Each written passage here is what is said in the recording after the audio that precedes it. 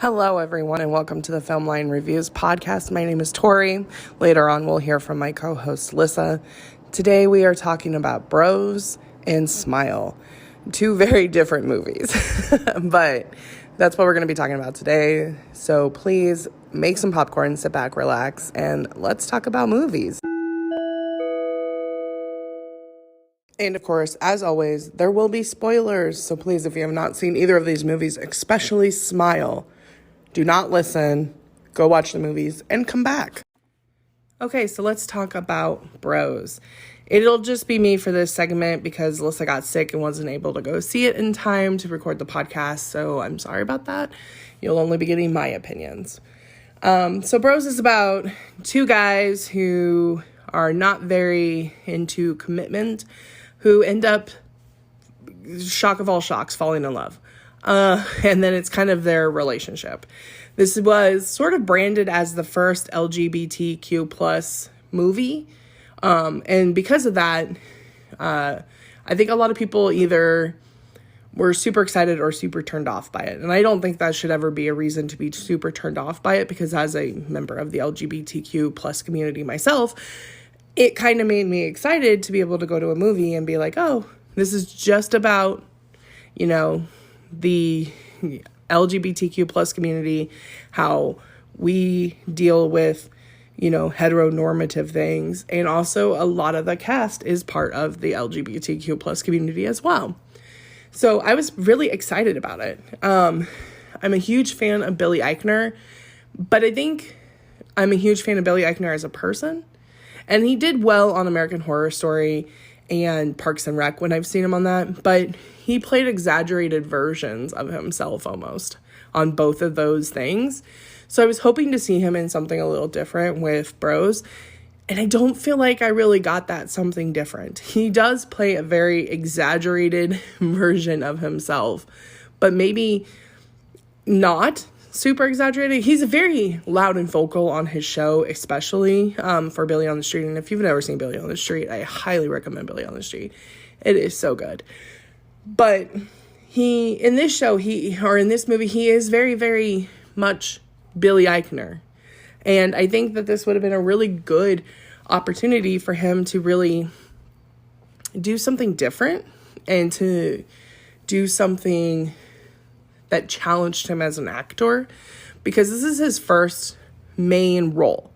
Like I said, he's done other things. He's been on Parks and Rec, but he played a very minor character. He's been on American Horror Story, but he played a supporting minor character. So he's never done the face of a movie before. And he co-wrote this, so he could have written himself a lot better, but it is very much, and maybe he chose to make his character be an exaggerated, I don't even know if I would say an exaggerated, but maybe a version of himself that people already knew because he knew he could play it. But I think that that's not really challenging yourself for your first starring movie role, I guess. But let's talk a little bit about the plot. So, like I said, it's about two guys, they meet. They're both very non-committal. Billy Eichner's character, and for the love of me, I cannot remember either of their names because they really didn't make that big of an impression on me. Maybe one of them's name is Bobby. Maybe Billy's name is Bobby. I don't know. Billy Eichner's character is a podcaster, which we will get back to in a second. And also the creative director of the first LGBTQ plus museum in New York City. And basically he's at a club and he's very well known around the city. We see a woman stop him at a restaurant and say, "I love your podcast. Can I get a picture?" And he's like, "Oh yeah, thank you." And in the beginning, he talks about having 1 million subscribers, which is huge when it comes to podcasting. It's a huge thing to get 1 million subscribers. And so he's a podcaster. He's the creative director for this museum. He won cis white man of the year award because he is a cis white man, but whatever. And then he's at a party. He meets the other guy, the muscular, hunky man. And that guy kind of is the opposite of him. You know, Billy Eichner's character is very loud, brash, says it like it is. You know, he's very open about his sexuality. He will tell anyone and everyone who's listening that he is gay and all the plights that the gays have gone through. Where this guy is very quiet. He doesn't really talk too much. He is really only out to kind of just, you know, do his job and whatever. And they meet, and he's immediately and they're both immediately intrigued with each other, but they're both very standoffish because they don't really do the whole commitment thing.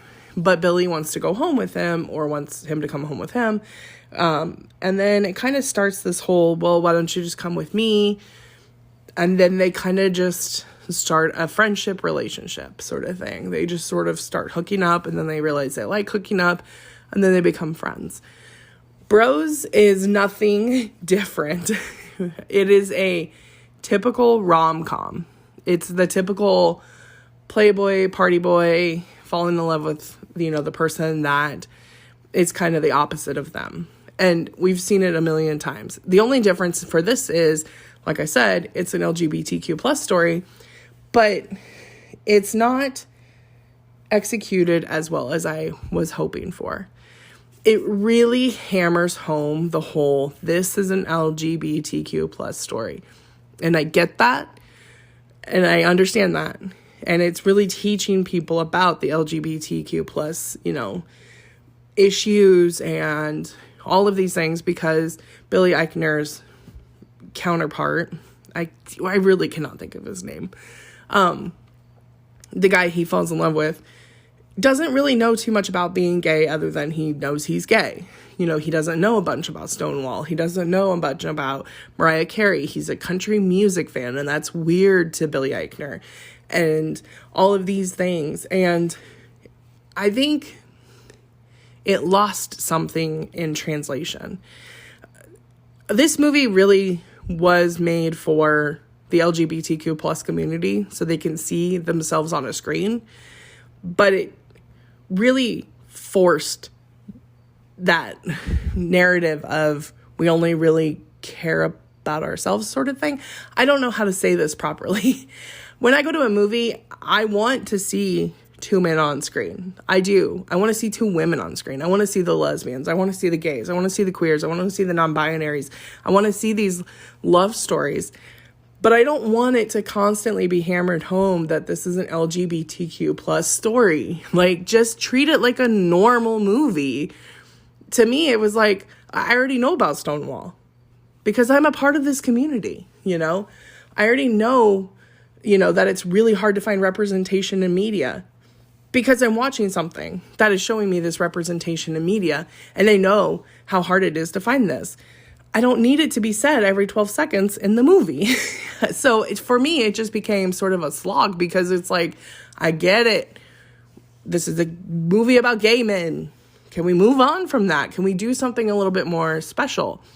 And comes a point where in the movie, it goes from being this fun, lighthearted comedy, you know, with very over the top, very quote unquote gay, to actually being what I wanted, which is this really touching love story about these two people who did not want to fall in love, and then they do.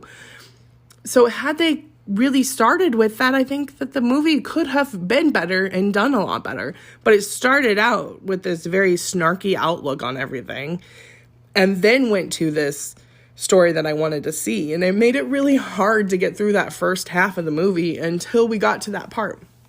When we got to the part where they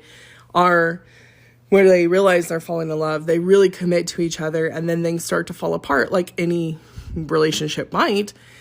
That's when it started to get really, really good. I mean, when they started falling apart from each other and then they were doing things on their own, that was a really interesting thing to watch. You know, when Billy Eichner was told to tone down the gayness for his family, these are things that are interesting still very gay, still very LGBTQ plus, but it's not hammering it home. It's not constantly shoving that in your face. And in order to make this accessible, and I know that this sounds bad too, because again, Billy Eichner's character is told to tone down his gayness, but I think in order to make it accessible, it should not be so over the top all the time. It needs to be more like, oh, I forgot I was even watching two men fall in love. Instead of just it constantly being hammered home. This is two men falling in love. And I know that sounds really controversial, but again, I think in order for it to be really, truly accessible, it shouldn't have been made with that over-the-topness in mind at the beginning, because I know that turned a lot of people off. I know a lot of people really probably were watching it and was like, oh, okay, this is not what I was hoping for. And they never really made it past all that. Now, at the same time, I'm fine with teaching people about the LGBTQ plus community and all the trials and tribulations and all the things we've had to go through for representation in the media. And I'm really glad we're getting movies like this. I just think this one wasn't truly executed the way it could have been, the way it should have been. And I was really hoping for something a little bit better. Like, it just wasn't fully what I wanted. Now, by the end, I was, a little teary-eyed because he's singing a country song. And as someone who's in the LGBTQ plus community, we need to find a better, I know this is already an acronym, but that's a mouthful. We need to find something better. Like, someone get a meeting and a committee put together. We need to find something better to say than LGBTQ plus community, because that's too much. That's too much to talk about. But, as someone who it doesn't really fit the mold of, a typical LGBTQ plus person, I do identify as queer, I do identify as bisexual, but at the same time, I also love country music. So when he's making fun of him for my number one, my top man, Garth Brooks, because that's not very gay of him, it kind of made me feel like, oh, that sucks, I won't get on my soapbox about how Garth Brooks kind of really started the whole, like, we need to be talking about these issues, because he almost put his career on the line by putting Standing Outside the Fire and We Shall Be Free on the air. But whatever, I'm not going to talk about that. I won't do it. This just was it was a good movie. I'm glad I saw it. I'm glad we're getting representation like this. I'm sad it flopped, and I'm sad that Billy Eichner was so quick to say it must be the straights, it must be the conservatives that made it flop, because in all honesty, I don't know a lot of people that really walked out of this, gay or otherwise, that really truly loved this movie. I always ask people at the movie theater, like, hey, did you really enjoy it? Some of them I know are gay, and they're like, it was fine. But then there are other people that walked out going, yeah, it was good. It really opened my eyes to sort of what happens with gay people and why it is important for movies like this. So that's important, and that is good, but I just wish it was a better movie. Going back to the podcasting thing, though, he's a podcaster with 1 million subscribers, and he's getting known all over. Like, he's getting stopped in town to take pictures because people listen to his podcast, but we only see him podcast twice. What happened? Did he stop podcasting all of a sudden when he became the creative director of the LGBTQ plus museum? Did he just stop that? I'm confused and concerned, and I need answers about that. Billy Eichner, if you're listening, one, I'm so sorry that I'm dogging on your movie, and I know that you're going to feel like I'm a horrible LGBTQ plus community member, but it wasn't great. You ended really well, but whatever. But I need to know, because you co-wrote this. What the heck? Why did you stop podcasting in the beginning of the movie? You're never seen or heard about podcasting again. I'm so confused by this. But your country song was great, and I did really enjoy that. And it was cool seeing them talk about Abraham Lincoln and Eleanor Roosevelt, because as a history nerd, those are my two favorite people to talk about, and talking about them being, possibly bisexual or queer is actually something that I think more people need to discuss. But again, like in the movie, there's not a ton of proof, so that's why we can't fully talk about it. Don't even get me started on Lewis and Clark, but, whatever. All in all, the movie started out kind of, in my opinion, but it really ended on a really good note. I wish it was more like that in the beginning. It is very raunchy toward the beginning. Very, very raunchy. There's one scene in particular that I do know a couple people walked out of our movie theater because it was very over the top. But it's like that one scene.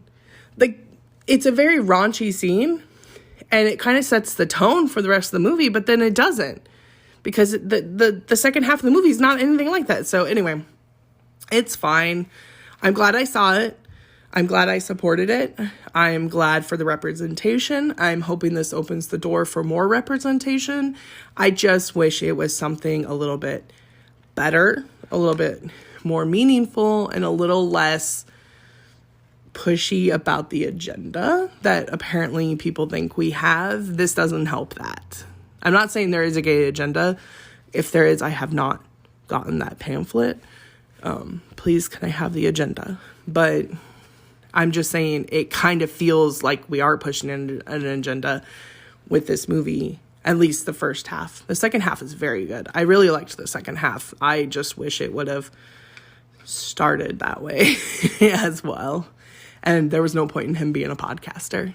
Okay, that's it. After this ad break, we're going to talk about Smile. Just randomly. Like, God damn, dude. But that's him slowing down. He heard everyone's comments about it's too many kids. And now he's slowing down. No, because before at least it was only like 3 a year. Now it's 5. No, those were left over from last year somehow. The math doesn't work, but don't look into it. Okay. We don't math, but it doesn't work, but don't look into it. Well, the smile on his face is probably pretty big. Smile. It was scary as hell. It was pretty scary. It was pretty scary. I don't really get scared, like... I mean, I do, but I don't really get scared the way I felt in that movie. Because that movie was terrifying. I jumped and screamed, and for real. And for real. And for real. Like, they were real jumps and screams. Yeah, they weren't just like, ooh, you got caught off guard. It was like legitimate scares. Like, from the gut of my belly. Yeah. But it's nice to have a movie where there's actual legitimate scares again. Not just, oh, I cut open your tit and... Yeah, you're bleeding everywhere. I jump behind you and run, or I'm chasing you, but somehow I get ahead of you, and then I slice your throat. Yeah. And then I mean, there was gore.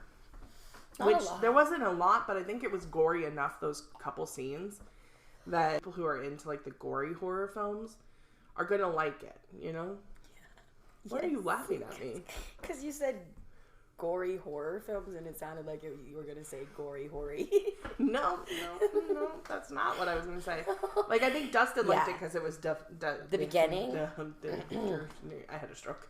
Yeah, you did. The beginning when she slices herself. Yeah. Yeah, that's which is a weird way to kill yourself too, because she didn't. I thought she was gonna make a smile. Yeah. But then she went and, like, sliced her throat, and I'm like... from, like, ear to, like... But she didn't even get all the way to the other ear. Yeah. So I'm like... But I think she was trying, but she just died too soon. Quit kicking the box. They can hear that. I'm sorry. I'm sorry. Yeah, well, a lot of the complaints that I saw online was that it's not an original concept. What's not original about it? Well, I mean, it's the whole, like, something's after you, and the only way to save yourself is to kill yourself or kill someone else. Whatever, the fucking ending? The ending. The psych. I mean, I knew that it wasn't the end because obviously I spoiled it for myself working at the theater, but if I didn't know, I might have felt like it was too quick and there was something coming, but I was not expecting that. Yeah, I think people just were trying to find reasons to nitpick it because honestly... Yeah. It's like a good movie. Genuine movie, yeah. Like, even the story was interesting, and it kept, like, yeah, we were kind of like, why couldn't she just kill herself in an empty room and have that be the end? Why couldn't she just do that, you know? Because the plot. But at the same time, it's like, it kept you going. Never once did I feel bored or like, okay, let's keep going here. Because I feel that way about a lot of horror movies. Right. There's a lot of fluff in the middle where I don't need. Right, because that's what I was thinking today whenever I was doing dishes. I was thinking about this movie, and I'm like, literally, there's no stupid love hole. Love holes. Stupid love holes. Oh, my God. There's no stupid love story plot, like, whole. Not really. roast I mean, in my like, head, you can but- tell Joel liked her, but Yeah, he and never, they had a connection, but but they never made that the main plot. And the only reason that they even ever bring that up ever is at the end, just to get that twist. Yeah. So honestly, there's no like love story. There's no. No, because Oh even my her God, I fiance need didn't you. seem to love her. Yeah, he barely even like. He barely acknowledged her existence, and then he was There a was like shitty no. fiance. Yeah, he was a shitty fiance. He only liked her when things were good. Because, like, if that would have happened to my fiance, I would have been like, are you okay? Do we need to talk? I'll take some time off. We can get through this. He just kind of was never around for her and left her alone a lot. And then, like, just called her therapist and, like, get better, bitch, or I'm not happy with this because I'm not here for worse, only better. Also, she's a psychiatrist. She knows how to handle these situations. So, of course, she's going to be pissed off about how you handled the situation. Yeah, because she already went to the psychiatrist, too, and then got told, we'll make you better, like, we'll wait and see if things get worse, and then we'll figure it out from there. And instead of, like, listening to her, he just goes to the psychiatrist. But they both act like nobody told them that she was feeling this way when she literally told both of them. Yeah. So I don't get the whole, let's, like, corner her in a house and be like, you're sick and broken, and... Yeah. She's like, I fucking told you both. Yeah, and then But they're why like, are but you you're seeing conspiring? ghosts. And she's like, I never said ghost. Yeah. And they're conspiring against her almost, like, to make her better when it's like, you didn't even try to make her better when she The came only to you person and that made her really was better. concerned about her, honestly, besides Joel, was Cal Penn. Yeah. I don't know what his name was. I don't either. Cal Penn was... I don't know. Did they ever really say his name? I'm sure he has. I think he had a name tag for sure on his desk. Yeah, but he was the only one who was sort of like, are you okay? Like, he wanted to help her. And he told her to take some time off Yeah. and, like, actually legitimately... I mean, her sister was also kind of a douche canoe because... Did they even resolve that? Like, nothing. It just, Not necessarily. No. No, They fought on the porch and then she went to the house, so... No. they don't. They fought on the porch and then she dies. You know what would have been a really cool ending, I guess, now that I'm thinking about it? For her sister to have been the one who found her. It would make a little bit more sense because she would know to go to the cabin more than anybody else would. Yeah, but her sister's also very hands-off with her because her sister wasn't even concerned with the whole... Like, when they were at dinner, she was also very, like... Just watching her? Like, just mad that she was being, like, not... Oh, right after everything So her happened. sister's very, like... washed her hands of, like, her sister anyway. Which makes sense, actually, for the plot, like... And of course she it felt would be so Joel, trapped because and Joel alone. also has been the one helping her Yeah, you're right. figure it out. You're right. It does make more sense that it's Joel. It just seems like it shouldn't be Joel, but it was Joel. But it's Joel. I said that really weird. Joel. Yeah. Oh my gosh, let's talk about that part, though. The ending? fucker. He just gets... What is it? The demon. Is it a demon? I have no idea. Like, oh.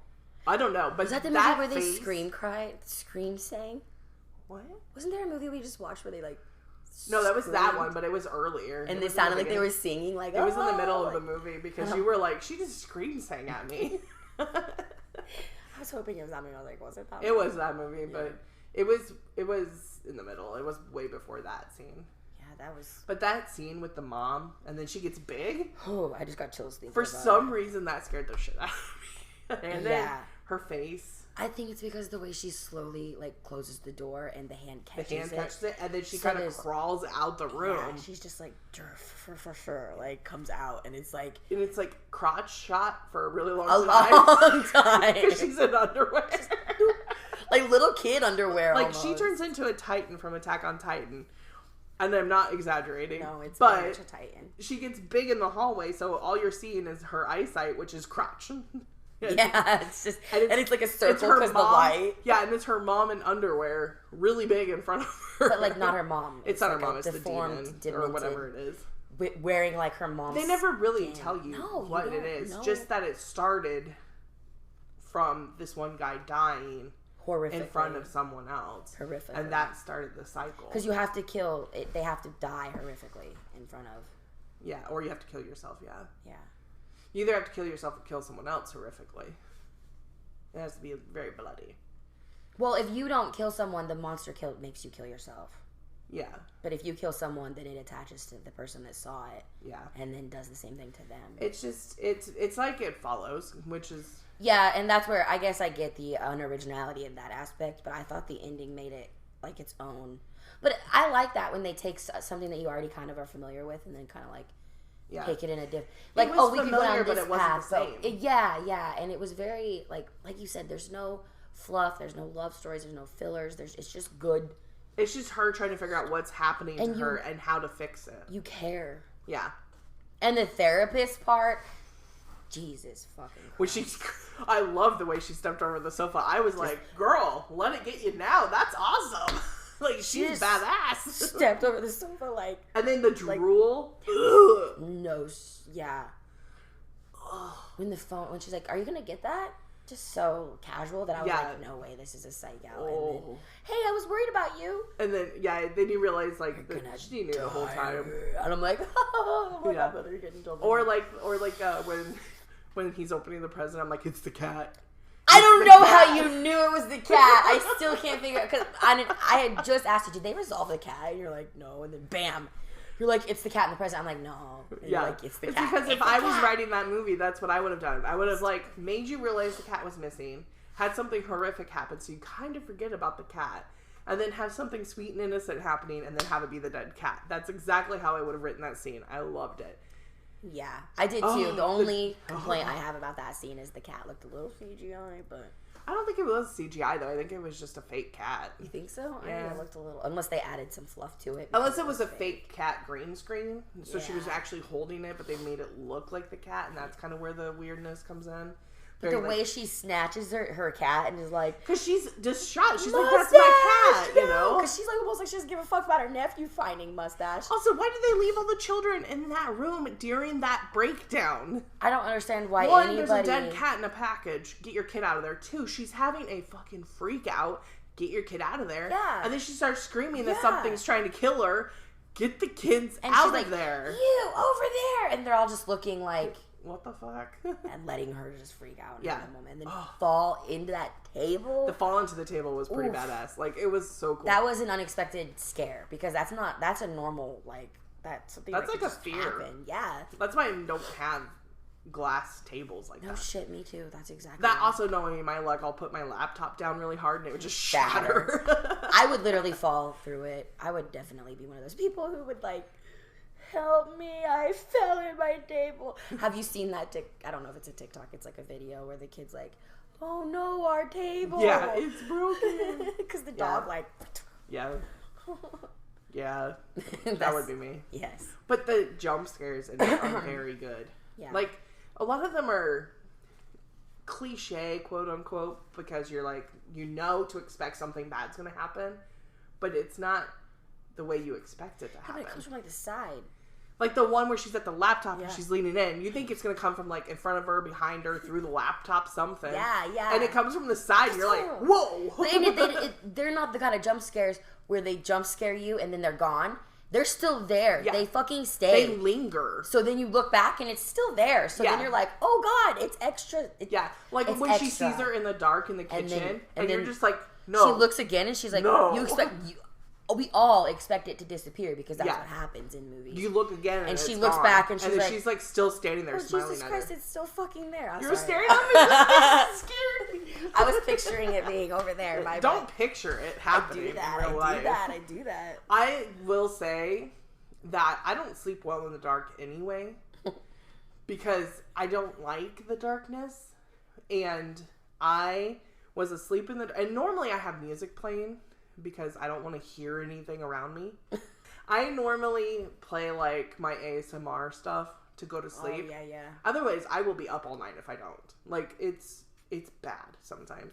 And so I'm like, I'm going to go to sleep now because if I don't, I'm going to be up all night. Yeah, I didn't work today, but it's fine. Like, I don't want to be up all night, you know? So, originally, because I don't have a lamp in my bedroom yet, I'm not going to play music because my mom is asleep in the other room and she had to work, so I didn't want to interrupt her if she's trying to sleep. And so I'm like, okay, I'm just not going to listen to music. I'm going to turn on the closet light, but shut the door, like, slightly. Mm-hmm. But the closet, as you know, is long and deep. That's the same description right there. So It's also the way that your hand, you did your hand. I did my just hand like it was long and deep. But I, like, was laying there, and I'm looking at the closet door.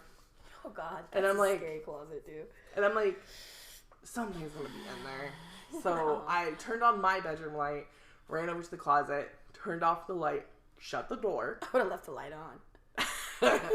Yeah, but I could see it through the crack. Leave it. Nope. So then I ran back to my bed, turned off my light, but it's complete silence because my mom's in the living room at this point. She's trying to she had the day off, so she's trying to get herself to go to bed, basically, or stay up all night. So I'm like, okay, it's fine. I can be silent. It's fine. I can do silence.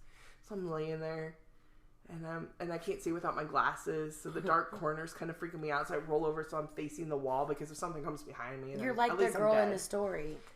In the movie? Yeah, just basically. Whatever. Turn my back to the There's darkness. a bad guy in my room. I know you're there, and you're not going to be able to kill me right now. So then I'm laying there, though, and then I swear I was hearing whispering in my room, and I was like, and I know it's not my mom, because my mom would be loud, and just go, oh, I'm sorry, did I wake you up? It's your ASMR. And so, but I didn't have my stuff on. So I'm like, oh, I have to sleep with the light on. So I had the worst sleep of my life because I had to sleep with the light on. So I was freaked out enough. And I thought maybe I had enough time in between it that it wasn't going to freak me out. But it was... You were freaked. I even watched things in between it, too. Because, I went home, we watched 911 Texas or whatever it is. Oh, Lone Star. Sure. That's what it's called. And then we watched... And then I watched We're All Going to the World's Fair, which was awful terrible. the bad movie. And didn't make any sense. And so then I'm like, okay, I'm going to go to bed. Still fucking terrified of it. That's funny because I was fine. Totally fine. Completely fine. We watched it yesterday, right? Mm-hmm. Yeah. Totally fine. Today, I'm thinking about it because I was thinking about what, to talk about, Mm-hmm. So I'm thinking about things that happened in the movie and, particularly what was the scene that I was, in my head thinking about. I think it was the therapist part or the part, I can't even think of it now. Anyway, I think it was. I was just standing there in the kitchen, putting my coffee pot back on the thingy, and I'm thinking about the part and how there's no love in it and blah blah blah blah blah.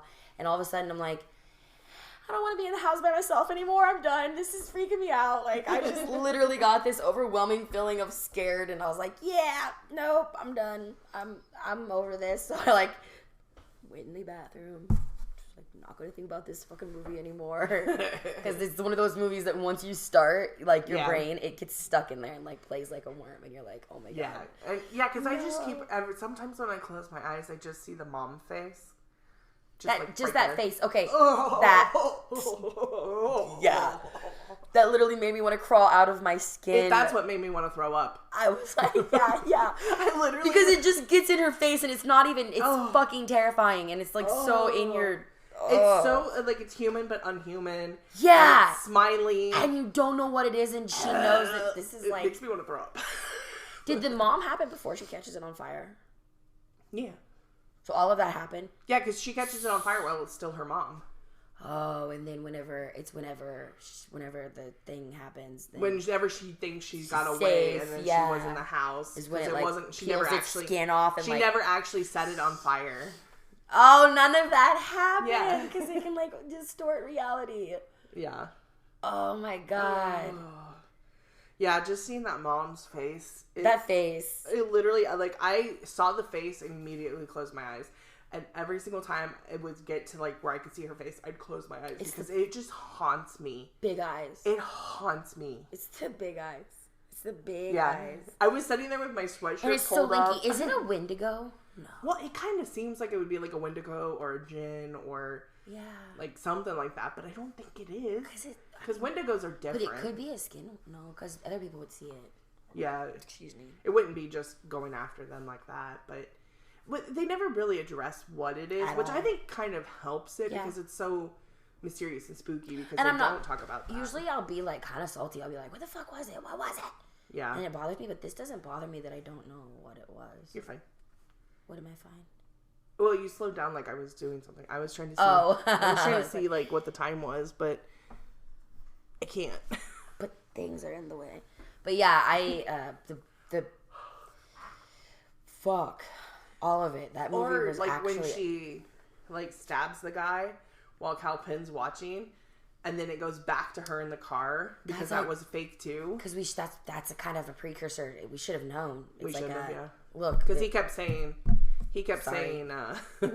like, I'm gonna die, she's gonna die, we're all gonna die, we're gonna die, we're all gonna die, and then you're like, okay, and then like, And then she doesn't actually kill them. But she does, like, just...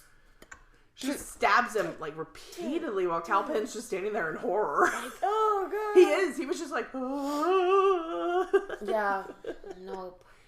God, some of those hallucinations were bad. The sister got me good.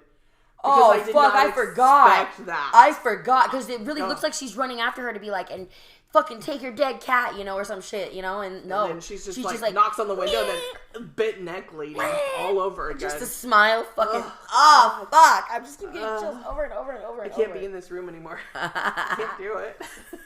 Okay. And then you get to, what, oh gosh, there's so many good parts. Going down her fucking throat. It just stretches her face. And she's just like, and just climbs into her. I didn't expect that. I didn't know you saw it. The only part I saw, I saw the beginning after I saw that part because I wanted to see how it started because I work here. I can walk in and check on people for a minute. But I accidentally saw that part and I was just like, oh, fuck. And I turned around and ran into the trash can and about had a damn heart attack.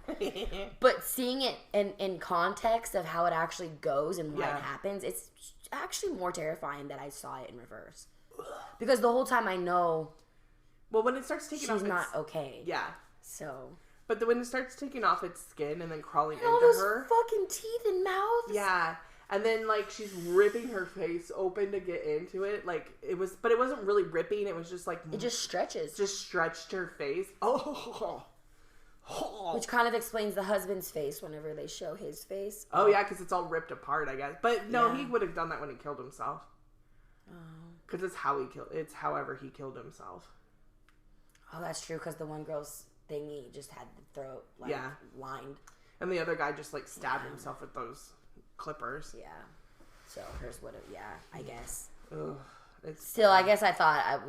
no. Okay, and then, you get to... Through this whole movie, and everything's fine, and you get lollipop. When I posted the review, like on Instagram, when I posted that the review was up, and then I shared it on my personal, I put that song playing in the background. Nice. Because I was like, oh, I'm taking this opportunity. Clever girl. Yeah, and then, we stuck around. I don't, people don't usually stick around past, like, the first couple minutes, Yeah, and I'm in there just, like, making sure that everything's, the we picked up after ourselves and whatever. Because we were watching it after hours, don't tell anyone. Yeah, private showing. But then, like, that noise. It was like that. It wasn't even that. Because I was thinking it was like that. It was like, but it wasn't. Because it's like a breathing. But like a scratchy. It is the scary. So it's because it's also her screaming, but like layered with train noises. It's almost like what they. Train. Is that outside or is that? Yeah, because you barely hear it in the background. But then it just gets more intense, and then just drops, and then does it again. Just it like unsettles you. You can literally feel it clawing at your soul. Yeah, which is I guess a good thing for the movie because. It even unsettles you after the credits because of that. And I think the Lollipop song even is kind of unsettling because it's like so intense, and then the ending's breaks intense. You out of it, and then pulls you back. Yeah, it was so good. But you know what's funny? He kind of does that in the movie. Pulls you out of it for just a second, makes you think everything's okay, and then drops you back into it. Yeah. So the music literally at the end puts you into Lollipop, and you're like, oh, everything's fine. And then boom, that like... nasty fucking music at the end, which is good. No, that like if he could have great first movie, dude. Yeah, well, I mean, he made 2 other movies before, but they were very indie, mainstream movies. But this is like his first mainstream, and it was so good. Like the cinematography was beautiful, like the sound design was really good. Just everything about it was so good. Like it was like Don't Worry, Darling. It really brought the It was nothing like Don't Worry, Darling, but the music... In context, but the sound really helped it. Like, bringing the story to life. The music and just everything just really brought it all together really well. It was really fucking scary. It was very scary. Like, it's nice. It's rated nice R, to be scared. Scary movie. Kevin Bacon's daughter did amazing.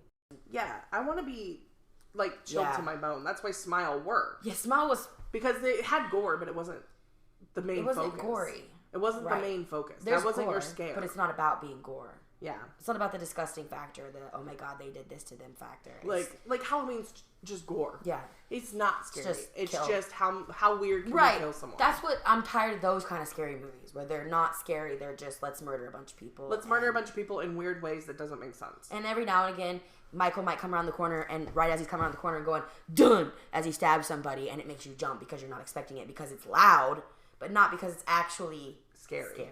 Yes. Yeah. Exactly. Like in Friday the 13th when he punches the guy's head off. That's just a stupid way to kill someone. Like, it's not scary. They're not scary movies when they, at that point, they're just... There's a difference between, like, slasher scary and, like, ghosts and goblins and, you know. Yeah, I think that's why I like ghosts and vampires, because it's more than just... Like, vampires are gory, but that's more than just the gore that makes them scary. You know, it's like them slinking around and being like, blah, blah, blah. This monster, compared to, like, They Live, or They Live. It's not They Live, They or Them, or It Follows, and that shit. Whatever, you know what I'm trying to say. This monster, most of the time you always say less is more, and that's what I like about this monster, is that it is less is more because you only see it at the end. You only see it at the end. It's in, like, and it's weird lighting. Yeah, and you see it. And it's scary. Yeah. Because it's like, whoa, I don't know what that is, and it's scary, and it's been haunting her, and it's it doesn't just. But it's also like jump scare you, and you also know it's taking the form of her mom. So it's of course like an exaggerated version of her mom, but the exaggerated version is super fucking terrifying. What's scary about it is because it's like you can't shut your eyes and it goes away. You shut your eyes, it's gonna be in your face. Yeah, you know, like it was such a good movie, and a lot of those jump scares were really good jump scares. Like you expect something to happen, but not the way it happened. It was good. That first one, just the first one, just thinking about that first one when she's in the fridge, dropping her first cup. How many wine glasses did she break? Did you break another wine glass? At least it was only the two. Like it was only two because we were gonna start counting. She just that first time when she just looks and she's like, because she doesn't know what's happening yet, and it's just clearly there. It's like there. She's just seeing her, and of course she's like a psychiatric doctor, so she's like, okay, this is just in my mind. And then it's the boyfriend coming home that scares the shit out of her. Drops her cup. Yeah. Oh, but that got us because we were like, oh, like she's there. Because they did that before. They panned from her door all the way around her office. Yeah. Completely around her office and you were until like, the phone rang. Right, because I was expecting something to be there. And then they did it again. I'm like, oh, there's not going to be anything there this time. And then it just... It panned around, but then it immediately went to her. And you're like, oh, there's something there. And then it panned around again, and she's still there. Yes. Because that's when you're like, she's not going to be there. That's what this movie did differently. Yeah. That made it win. It was relentless, but like not in a oh my god, please stop it. It was just like a scare. Whoa. A scare. Yeah. A scare. And then it was just like the creep factor underneath it. Yeah. Because like It Follows didn't scare me. And It don't Follows get me was wrong. fine. It was a good movie, but it wasn't. It's a good concept and it's a good movie, but yeah, I'm not scared of it. It just wasn't scary. I didn't go home and want to turn the lights on. I didn't freak out during the middle of the day while doing the dishes thinking about it. You know what I mean? Like, yeah. It Follows is just another kill technically, teenagers. we saw her suicide too. So in 4 days. You shut up. Wait, what if we kill each other? Megan kept saying, "Don't smile." What if we see? And that's the other scary part is if you don't want to die and you're doing everything you can to stop it, but you know that the only way out is to kill yourself. Like that's, yeah. Because we kept saying, just go lock yourself in a room and kill yourself. It's a really easy way out, but like, is it logical? I don't know if I could actually lock myself in a room and kill myself. But if there's a ghost haunting me and I have to shut my eyes and hug my pillow at night, I might be able to. I think it would just be so psychologically draining that you would get to that point. And also, if it comes down to I have to brutally murder someone or kill myself, you might after a while just go, yeah, okay, this is. You don't have to kill yourself. If you don't kill somebody, it makes you kill yourself. Yeah, it like becomes you and you kill yourself. So you won't even notice. So it's either kill yourself, don't give it the satisfaction. You notice she saw that thing crawl inside of her. She was physically herself while it's like.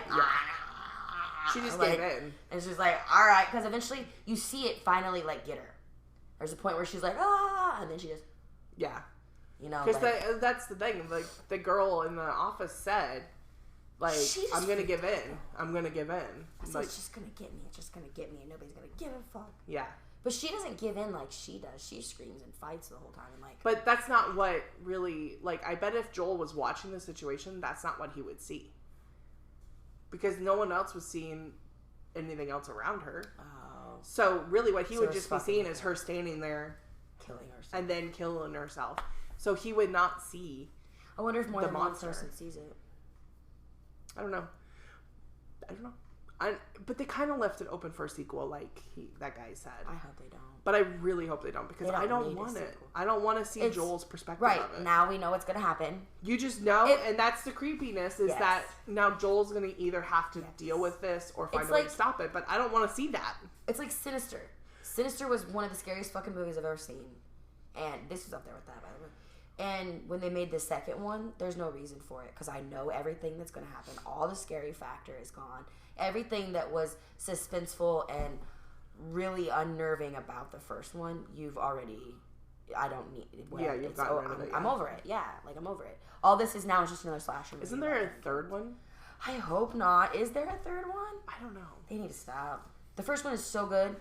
It's like if they make a sequel with Smile, they've already killed everything about it.